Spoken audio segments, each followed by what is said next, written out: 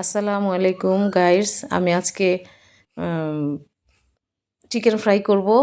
তো চিকেন ফ্রাইটা আমি মুরগির সালসহ নিয়েছি। সালসহ নিলে চিকেন ফ্রাইটা ভালো হয়।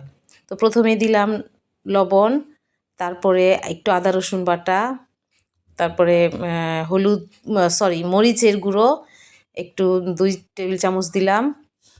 তারপরে দিব সয়া সস পরিমাণ মতো। আর সয়া সসটা দেওয়ার সময় একটু খেয়াল রাখতে হবে। আর লেবুর রস। সয়া সসটা দেওয়াতে লবণটা একটু কম দিতে হবে, কারণ সয়া সসেও লবণ থাকে। এবার ম্যারিনেট করে নিব ভালো করে, যাতে পুরো গায়েই মশলাটা লেগে যায়। ম্যারিনেট করে প্রায় কম সময় থাকলে 1 ঘন্টা রেখে দিব, আর বেশি সময় থাকলে অনেকক্ষণ রাখলে ভালো হয়। ওদিকে আমার মুরগি ম্যারিনেট হচ্ছে, আর এপাশে আমি আমার রাইসটা বসিয়ে দিচ্ছি। রাইসে প্রথমে তেল, তারপরে দারচিনি এলাচি দিলাম। এখন পেঁয়াজ কুচি দিলাম, একটু ভেজে নেব পেঁয়াজ কুচিটা। একটু লালচে হয়ে গেলে দিয়ে দিব চালটা আগে থেকেই ধুয়ে ভিজিয়ে রাখা ছিল। চাল আগে ধুয়ে ভিজিয়ে রাখলে ভাতটা সুন্দর হয়। এখন পুরোপুরি চালটা দিয়ে আমি একটু কিছুক্ষণ তেলে ভেজে নেব।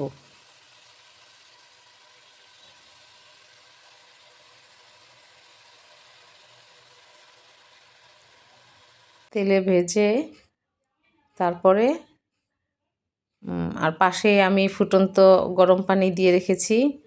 একটু বেশিক্ষণ ভেজে নিয়ে তারপরে মাপ দিয়ে গরম পানি করে নিয়েছি। এখন এটা চালের সাথে দিয়ে দিচ্ছি গরম পানিটা।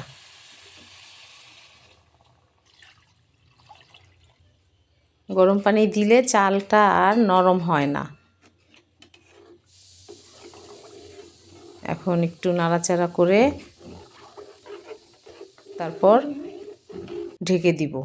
একটু পানিটা যখন শুকিয়ে আসবে তখন আমি কাঁচামরিচ, তারপরে কিচমিচ আর আলু বাখারা দিয়ে একটু নেড়ে চেড়ে তারপর ঢেকে দেব।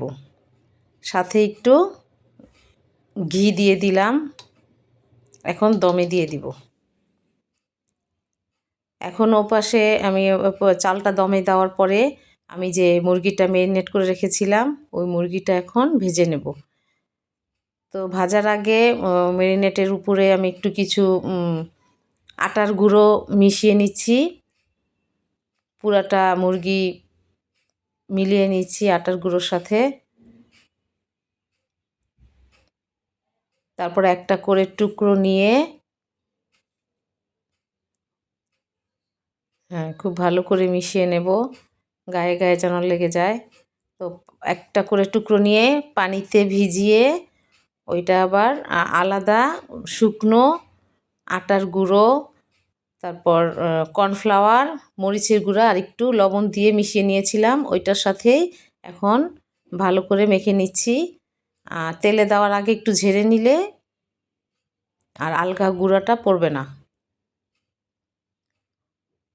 তো একটা একটা করে ফ্রাই নিয়ে এরকম করে পানিতে ভিজিয়ে তারপর আটার সাথে নিয়ে আবার তেলে দিয়ে এরকম করে আমার সবগুলো ফ্রাই ভেজে নেব।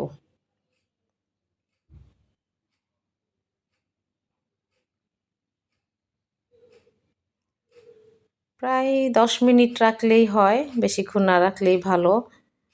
10 মিনিট রেখে তারপর আমি এপিট ওপিট করে, তেল একটু কম দিলে দোনো পিঠ ভাজতে হয়। তেল যদি একটু বেশি দেন তাহলে একবার দিলেই হয়।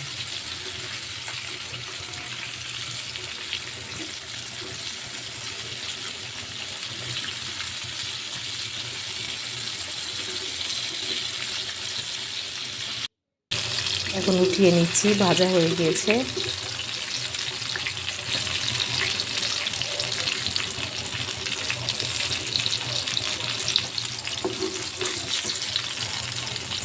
একটা একটা করে আলতোভাবে উঠিয়ে নিচ্ছি যেন ভেঙে না যায়।